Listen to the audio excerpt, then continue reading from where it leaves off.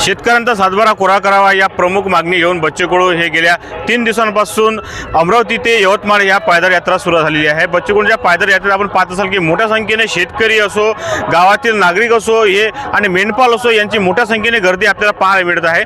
आज तिसरा दिवस आहे आणि तिसरा दिवस असताना आज बच्चू कडूंची ही पायदळ यात्रा यवतमाळ जिल्ह्यातील तरोळा या गावामध्ये पोहोचलेली आहे। आपण पाहत असाल की मोठ्या संख्येने या यात्रेमध्ये या ठिकाणी शेतकरी मोठ्या संख्येने सहभागी झालेले आहेत। प्रत्येक गावामध्ये बच्चू कडूंचा मोठ्या जल्लोषात स्वागत करण्यात येत आहे।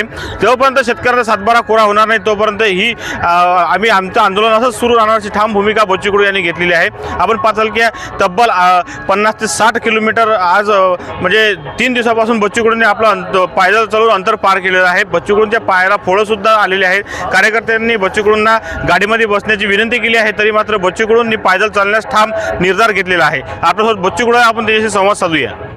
बच्चू काय सांगाल, 3 दिवसापासून आपली पायदळ यात्रा सुरू आहे, 65 किलोमीटर अंतर आपण पार केलं आहे। आता एकतर आनंदाची गोष्ट अशी आहे का सगळ्या पक्षातले सगळ्या जातीतले लोक एकत्र होऊन जे शेतकरी म्हणून येत आहे त्याचा आनंद आहे। आणि दुसरीकडे दुःख आहे, थोड्या वेदना आहे का सरकार बैठक घेतली, मीटिंग घेतली, सगळं घेतलं, निर्देश दिले, पण शासन निर्णय काढत नाही, त्याचं दुःख आहे। सरकारनं शासन निर्णय काढावा। आपल्या पायाला जखम झालेली आहे, कार्यकर्त्यांनी आपल्याला गाडीमध्ये बसवण्याची विनंती केली, तरी मात्र आपण पायदळ चालत आहे। पदयात्रा आहे ना, गाडीत बसून कसं चालणार आहे, पायीच जावं लागेल। कृषी मंत्र्यांना माध्यमांनी संवाद साधला होता की बच्चू कडूंची पदयात्रा सुरू आहे, तर कृषी मंत्र्यांनी आज बोलण्यास नकार दिला। त्यांना काही महत्त्वाचं वाटलं नसेल।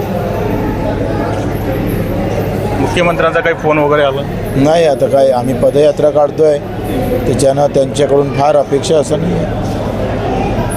तर गेल्या 3 दिवसापासून बच्चू कडूंची ही पायदळ पदयात्रा सुरू आहे। आपण पाहतो की भाऊच्या पायाला जखमसुद्धा झालेली आहे। कार्यकर्त्यांनी भाऊंना गाडीमध्ये बसण्याची विनंती केली होती, परंतु ही पदयात्रा असल्यामुळे मी पायदळ चालणार अशी ठाम भूमिका बच्चू कडूंनी घेतली आहे। मी किरण होले, जनविकास न्यूज, यवतमाळ।